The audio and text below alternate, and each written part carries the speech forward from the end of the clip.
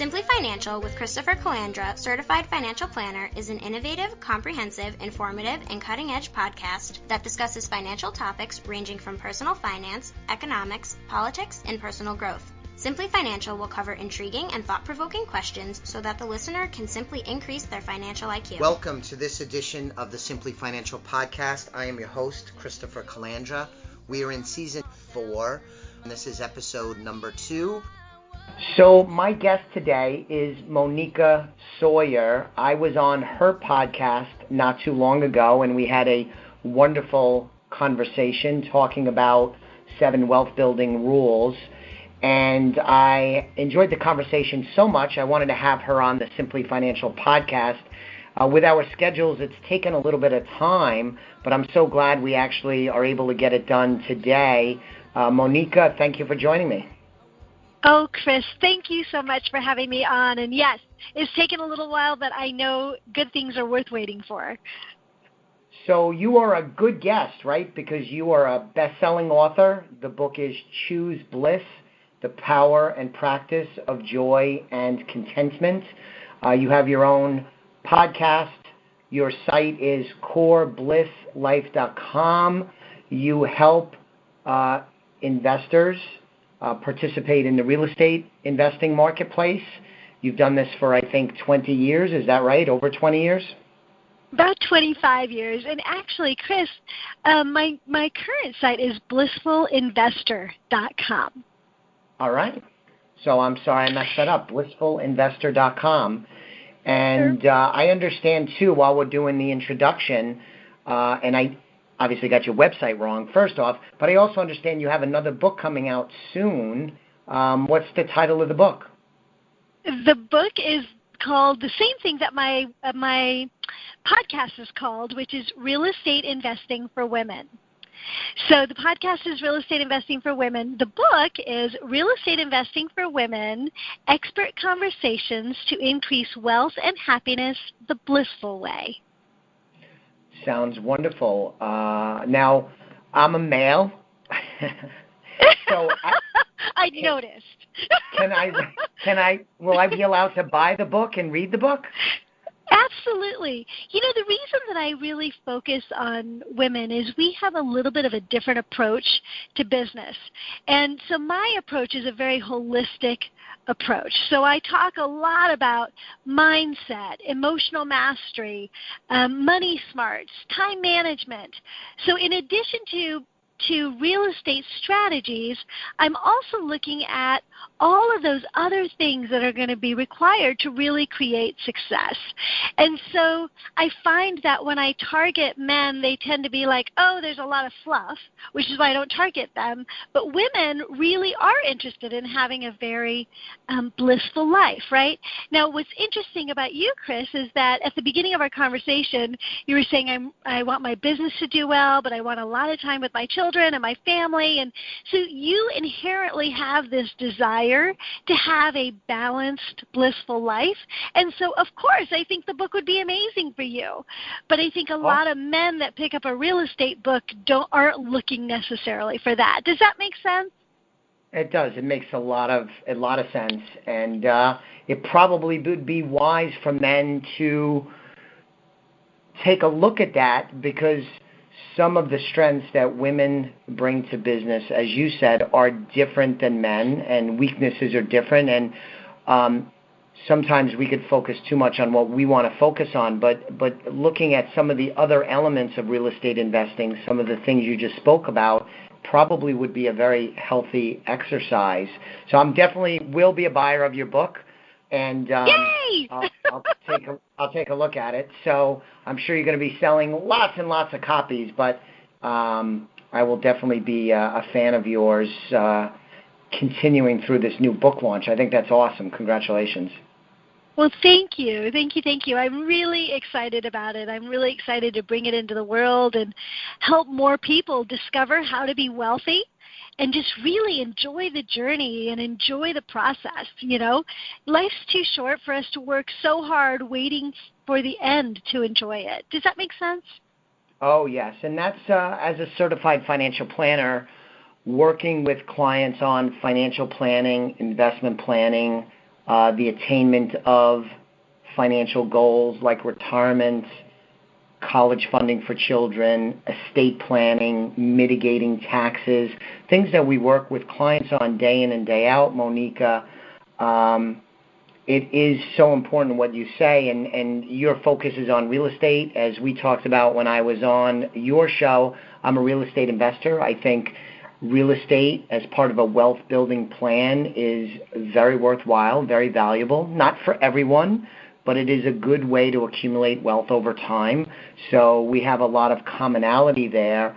I wanted to ask you, as we kind of kick off the discussion, you use in all of your material, including in the title of your first book, and it's in your web address, is bliss. So what's your definition of bliss or blissful? Yeah, thank you so much for asking that. So bliss to me is a deep sense of joy and contentment and the confidence that you can handle anything that comes your way. It's really about emotional mastery and emotional resilience.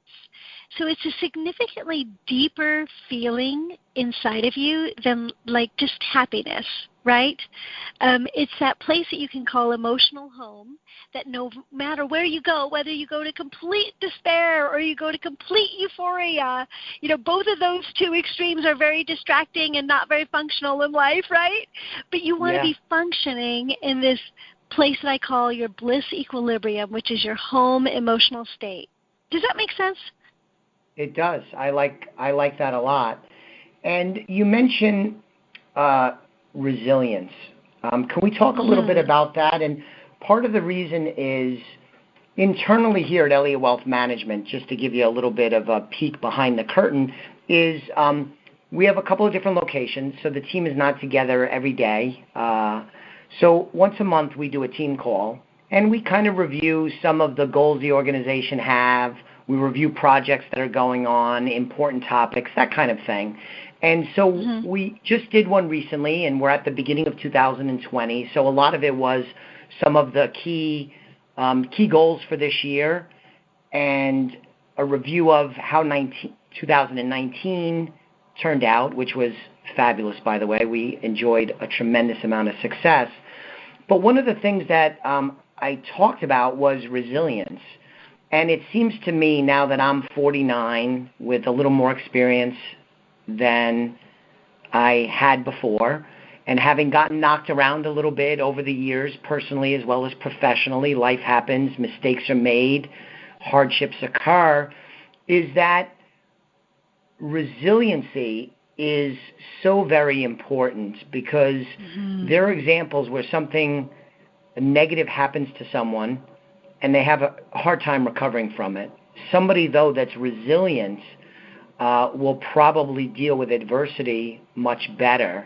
And it seems to me that resilient people are happier, more fulfilled, and typically are going to enjoy more success in their life.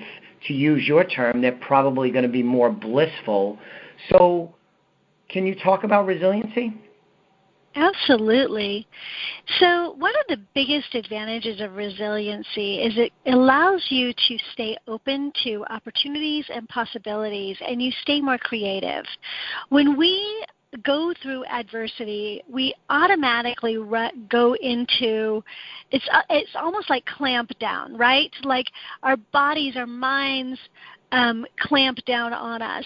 And that clamp down shuts us down from any opportunities that might present themselves as solutions. It also clamps down our minds so that we're not as creative in figuring out how we can get out of a situation or creative solutions to a challenge. So resiliency really is key, as you say, to bliss and to happiness, because if you're not resilient, you're going to stay in those unhappy places for longer. I talked originally about this bliss equilibrium. It's that resiliency that allows you to, when you hit despair, like you hit the ground, you bounce, right? Like a ball, like a rubber ball.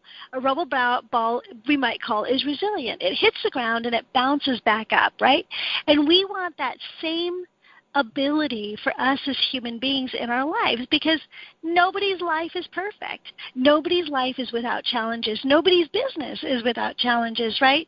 And so we need to have the tools to give ourselves the opportunity to bounce back and recover and create a better life from where we've been. So part of that is really focusing when something goes badly, really focusing on, okay, what's the lesson here? And it's not always obvious. And so for me, when I'm in a frustrated place or there's a challenge or I'm dealing with something and I think to myself, kind of in a sarcastic way, because I know people do this and I do it too. Okay, so what's the lesson in this, right? You're like, I don't want to think about that right now. I'm really upset. But but think about that, and if you're not able to come up with something that will put you in a better place, allow yourself to say, I will continue to look. It will show itself soon when I'm ready, and I want to be ready. So a lot of this is just self-talk. It's talking ourselves off the ledge, right? Because sometimes we do want to be upset, and we do want to be angry, and we do want to be in that place of, I deserve to be upset because this is a horrible thing. And the reality is that is true. Our emotions are there for a reason. They provide a function in our lives, or we would not have them. God has given us resources that provide for our lives, and emotions are one of them.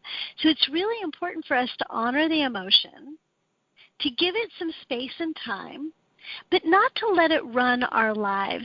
I was speaking to Hal Elrod on one of my shows, and he said that he has the 5-minute rule, which is you can be whatever emotion you want, but give yourself a 5-minute deadline.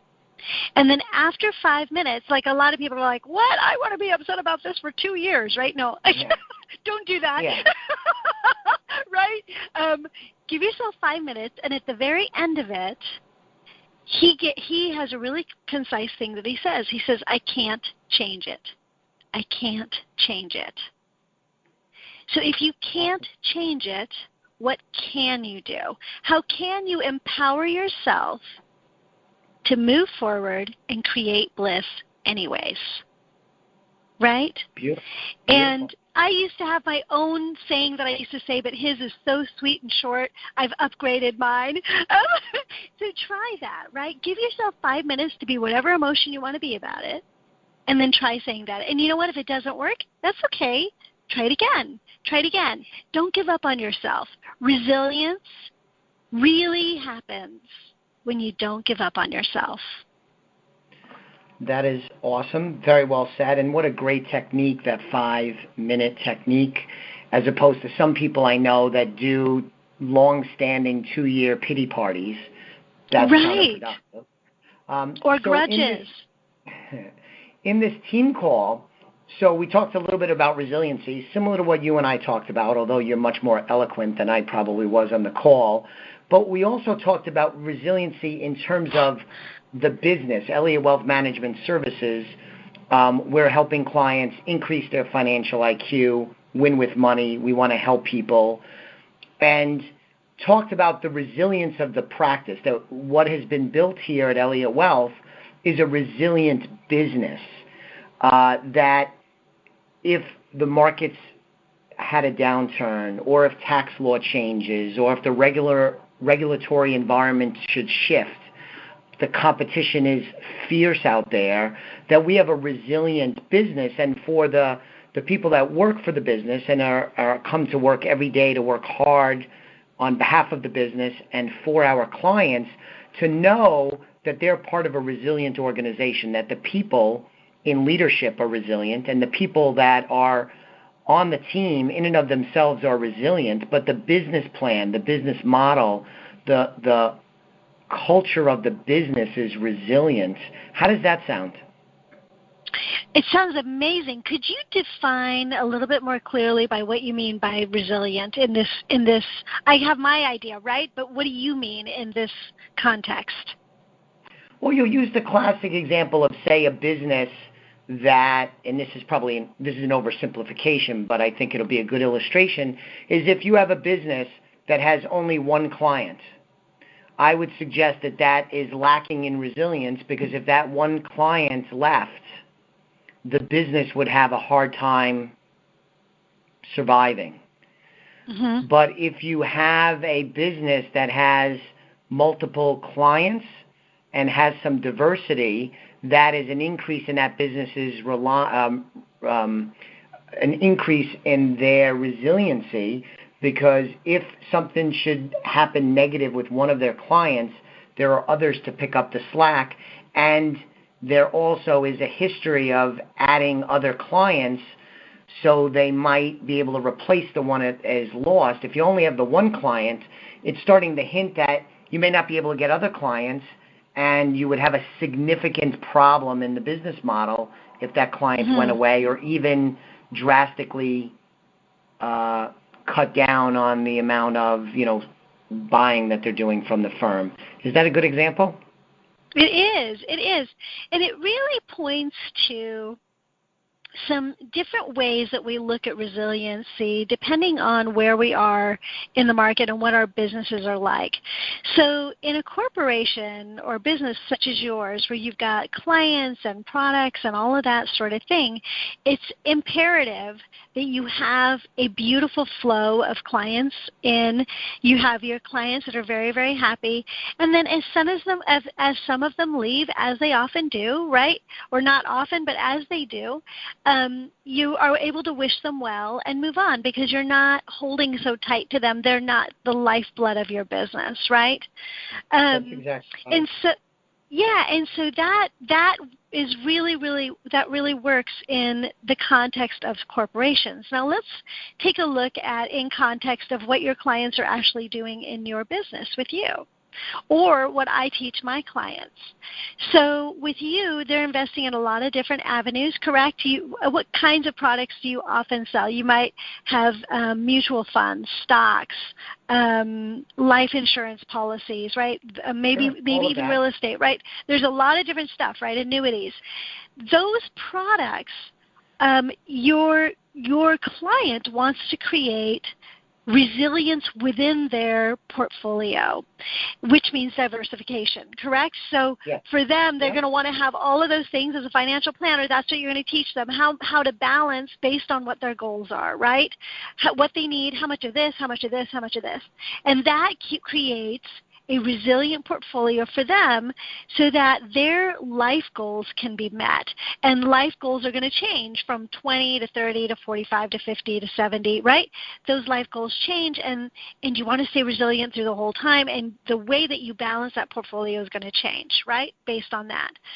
But when you talk on a business like mine, where I'm in real estate, and so much of our money often goes into one project, so we're very, very heavy in one project, we don't have the opportunity for diversity until a little bit later on in the game. Like now, I have an opportunity for a lot of diversity. I can invest in different states, different housing classes, multi-unit, single-family home, whatever it is, right? So I've been in the business for 25 years, so I can create that diversity. But someone who's starting out can't. So then how do they create the resilience? Well, first of all, you don't want to overinvest, right? You don't want to put more than your minimum down. You want to make sure that you're leveraging other people's money. People say all sorts of horrible things about banks. I love banks because they take 80% of the risk and give me all of the profit. Right? I put in 20% and I'm done, and I get 100% of the appreciation, right? So it's all perspective too. So that's one way to stay resilient, is that you're not taking all the risk. But the other piece about that is to give yourself the time to be right. And let me tell you a little bit about what I mean by that. In 2008, there were a lot of people that lost their homes. There was a lot of pain out there, and certainly that was an unfortunate thing that had to happen with a lot of people. They lost their jobs, or things they couldn't replace their job. Things went wrong. They couldn't afford their mortgages, and they lost their home. But what happened to a lot of people was a couple of things, and they did not need to lose their homes. The first thing was that they were over leveraged, so they did not put the 20% down. right? So they didn't mitigate risk and keep themselves resilient by having a little bit of equity in the home. The other thing that they did is that they freaked out. They didn't realize that in the markets, whether it's the stock market or the real estate market, in the markets there are cycles.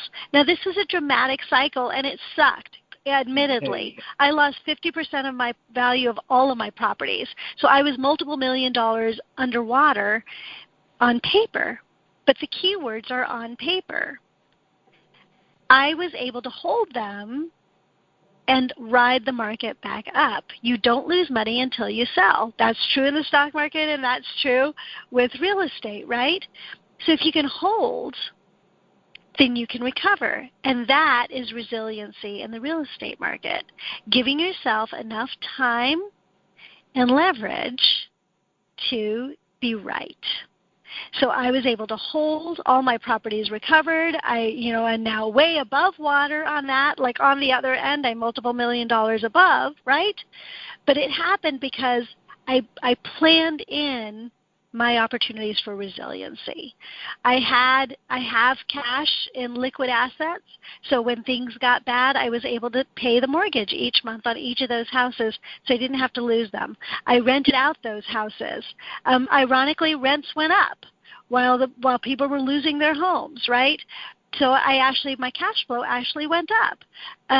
But it was a plan.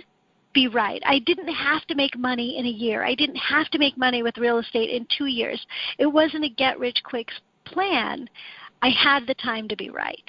And for me, in real estate, when you're doing something like that kind of business, that's what resiliency looks like. So resiliency, if you have a focus on that, it's hugely important. Like I say, in your own happiness, for the success of your business, and for keeping your stress down in both of those things. But it can look different in the different industries that you're in. So just find ways to build that into your business model no matter what you're doing. Does that make sense?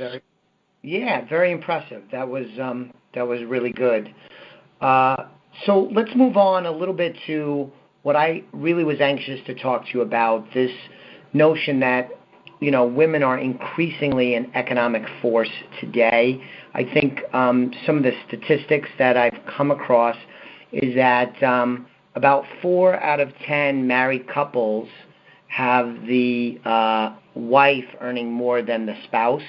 And this, of course, has been a trend for a long time, with that percentage of women who out-earn their husbands increasing a lot over time.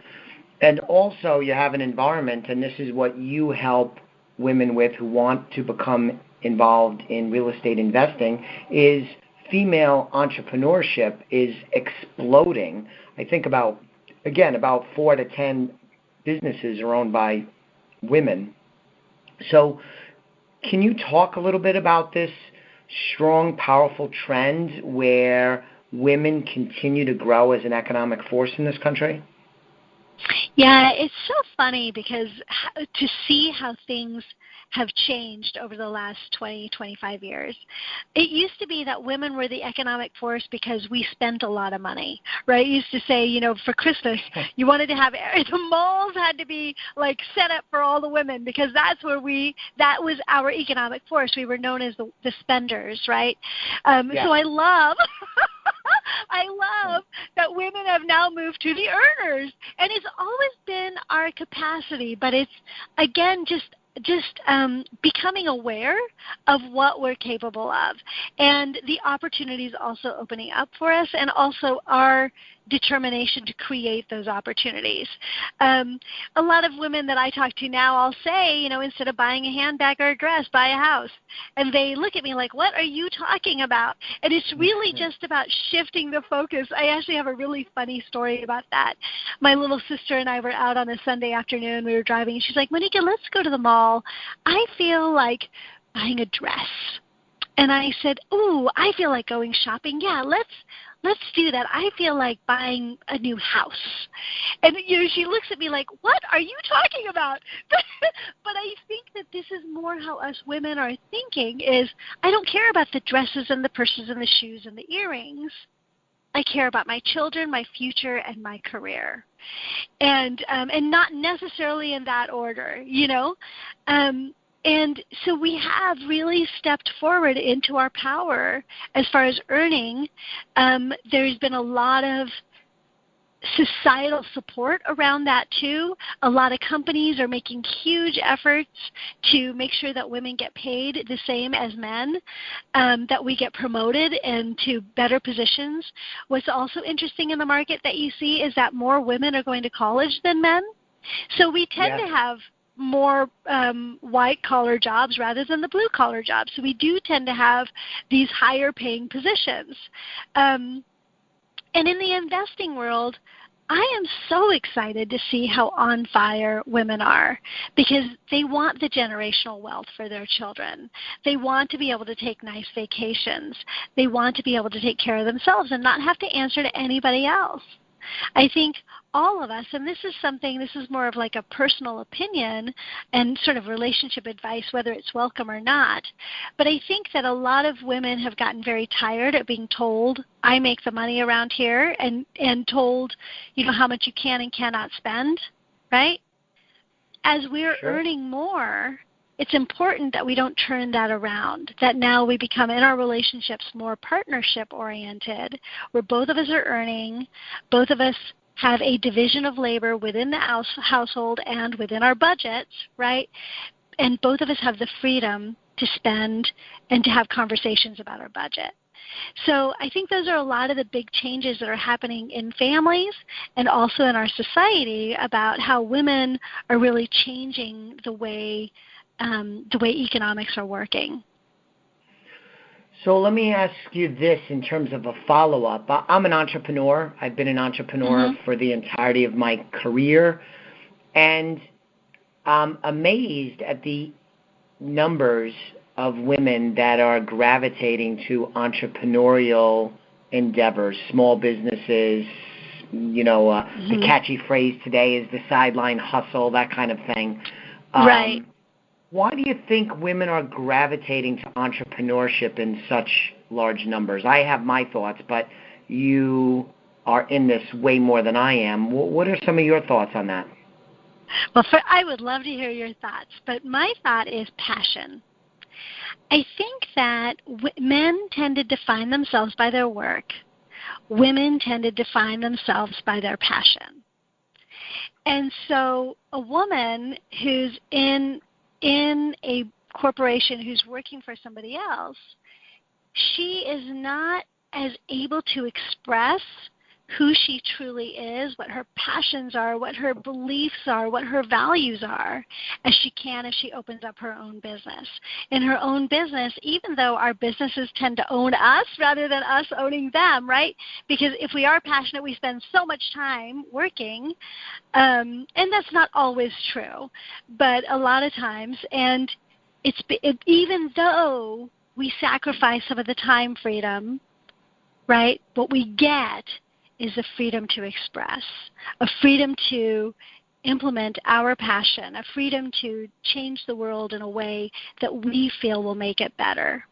So I think that's really the big thing. In all the business women, you know, that's what keeps us in the struggle, because running a business is not easy, especially those first few years. It's hard. And what keeps us going is that passion. You know, it's what is it that we want? What is it that we have desired to birth and create in the world?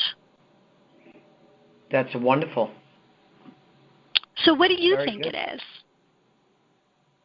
So I think, having been an entrepreneur my entire career, I think, and I could get myself in trouble, right? Because I'm going to tell my female guest what I think women are thinking.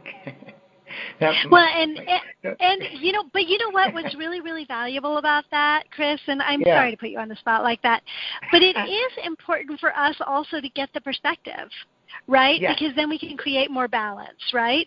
So I think that with the increase in technology, it becomes easier to work remotely, to work from home, to work without an infrastructure like lots of office and equipment and things like that. And entrepreneurship in some ways is easier because the barriers to entry are easier and the maintenance of businesses is easier, backed by technology. And being an entrepreneur often doesn't have to, but can lend itself to flexibility on the work-life balance. You could more easily start your own business and determine when you want to work, how much you want to work, what terms you want to work under, who you want to work with, who you want to avoid, and so on. And it seems to me that females are attracted to that because they have a lot of priorities that they juggle in their lives. There's a lot of households that are headed by single women, and if you're an entrepreneur, it often is a little easier to juggle that single-parent lifestyle if you have an entrepreneurial business where you have flex time and hours. You could dial up your work intensity, you could dial it down, you could work at night, that kind of thing. And so I think that is what is helping drive women to entrepreneurship, because they still, as much as they want to compete and be successful in the business world, there are other things that are important to them. Could be a spouse, loved one, they're taking care of their parents, their children, exercising, living a healthy life with mind and body. And so I think that is part of what's driving entrepreneurship, because classically, if you go work for a big corporation, even though they've come a long way with flex time and not punching a card like you did in generations past, it's still way more rigid than the entrepreneurship world. I know for myself, I've enjoyed that. My son is in 8th grade, and I've coached him in youth football since he was in kindergarten, and this was the last year, and I was able to rearrange my business life to accommodate me coaching, and it's so valuable I was able to do that, Monique, because this is my last chance. He's my youngest. It's my last chance to coach, to spend the time with him and his friends on the sidelines, and it was such a rewarding experience. And you can do that if you work for corporate America, but I think by and large it's easier when you're an entrepreneur and a small business owner. So that's my thesis. What do you think? I absolutely agree. So Okay, I absolutely agree that that's why women go into business in a lot of cases.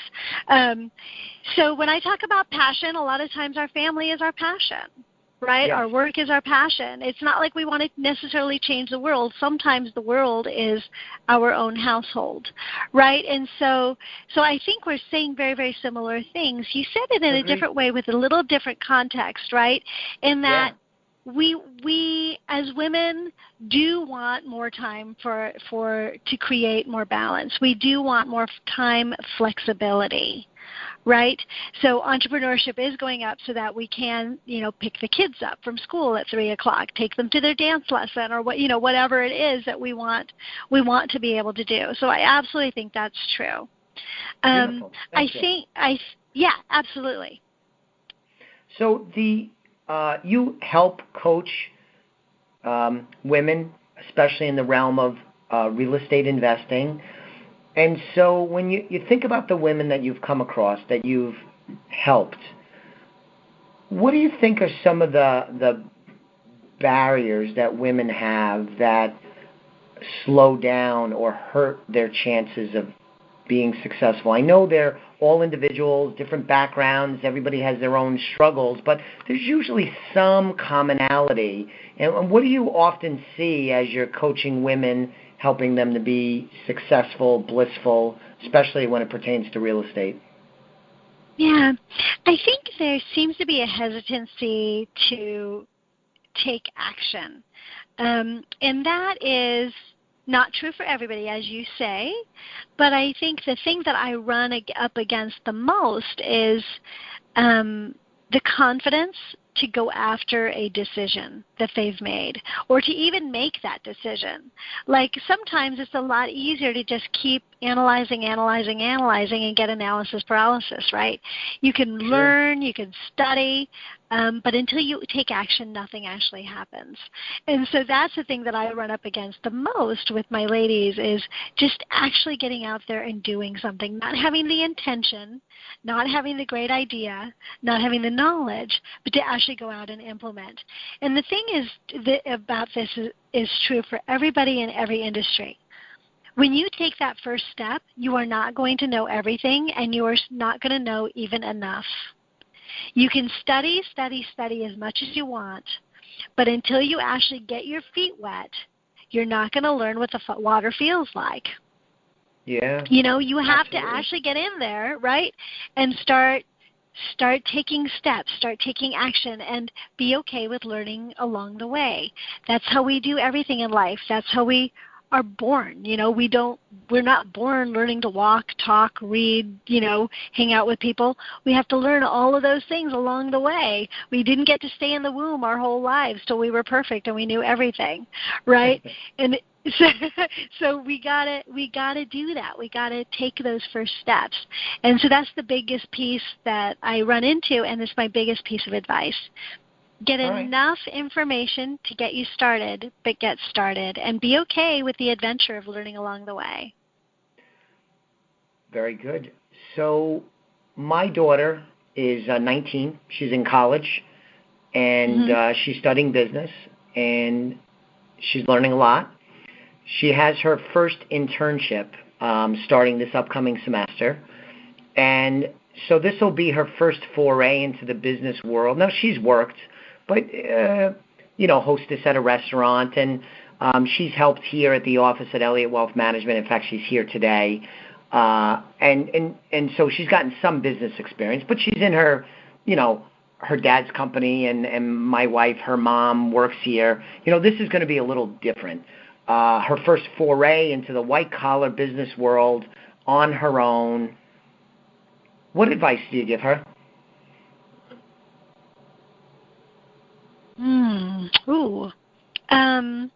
Pay attention. Well, I actually got you to. That was a good pause. That must have been a good question. That was a good question.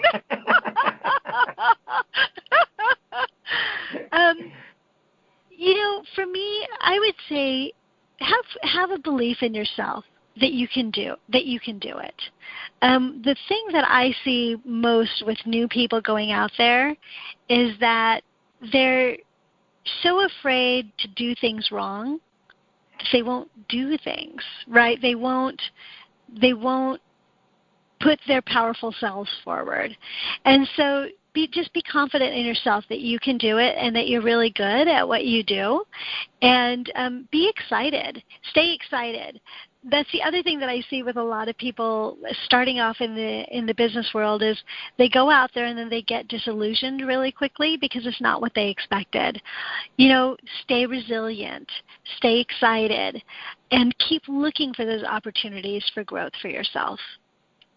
All right, that's good. I'll make sure she listens to hopefully this whole episode because you're a terrific guest and this has been a wonderful discussion, but especially this part. My advice to her, and I think it would be the same if it was my son, is the most important thing in this experience is that you learn as much as possible.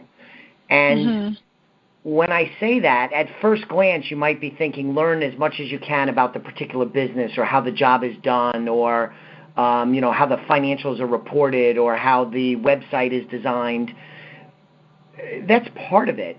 But learn about the culture, how people treat each other, how decisions are made, how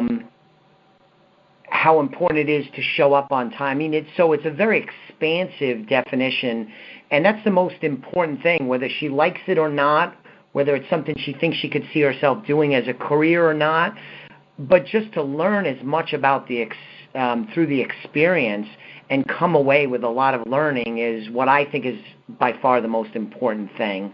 And hopefully she has a great experience. But even if she doesn't and she rules some things out because she realizes those are not either what she wants to do or the type of people she wants to associate with, that's a great learning experience as well. So that's my advice to her. I love that. I do have something I'd love to add, if you don't mind. Please. It is my belief that how we do anything is how we do everything. So there are a lot of people that take their first job, they realize it's not going to be the place that they want to be for the rest of their life, and they start to slack off because they're like, oh, it doesn't really matter, right? This is boring. This is not my career. It doesn't really matter.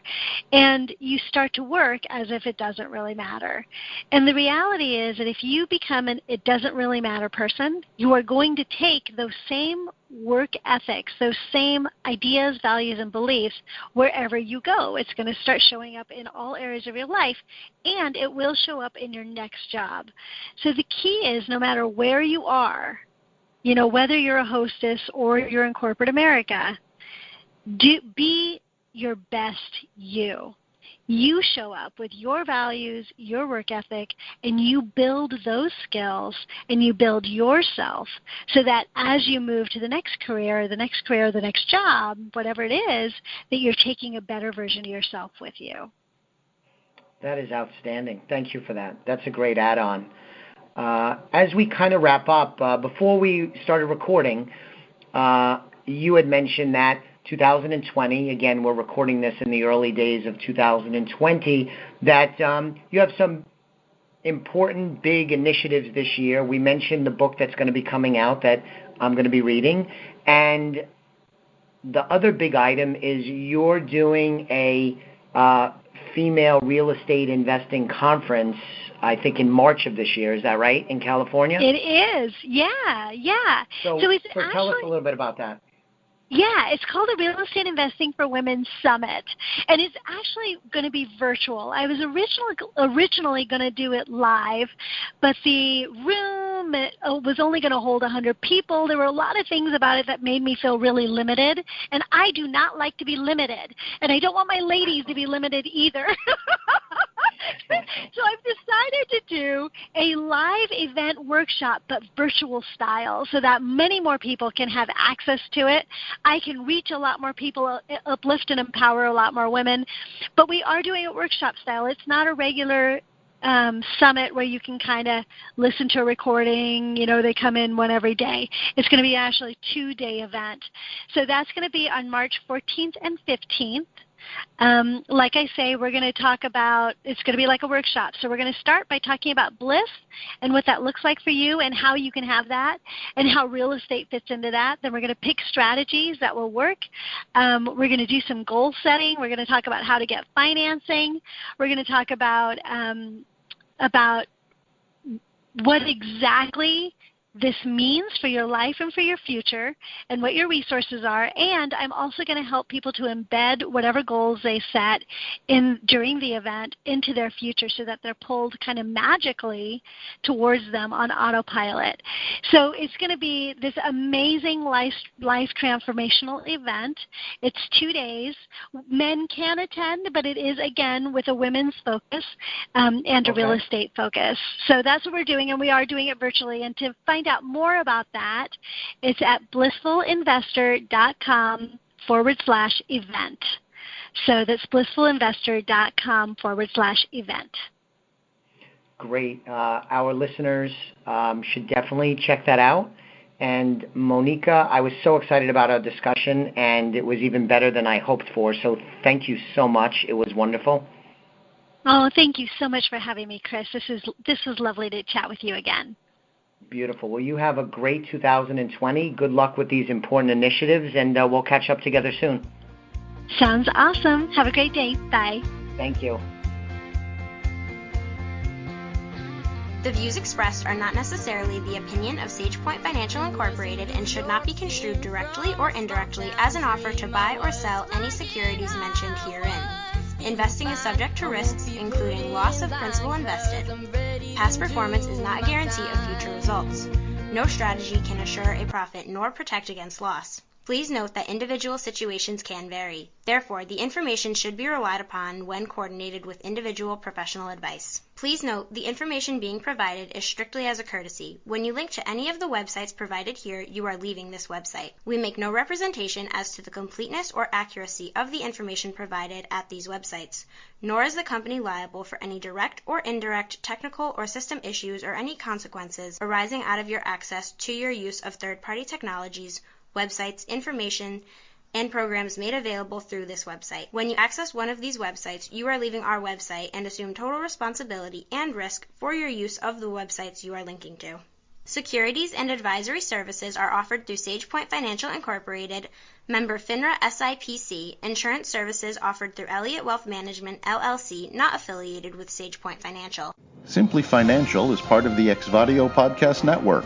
You can find Exvadio podcasts at exvadio.com/podcast, the Apple Podcasts app, iTunes Store, iHeartRadio app, Spotify, Stitcher, and wherever you find podcasts. So join us and stay informed and entertained.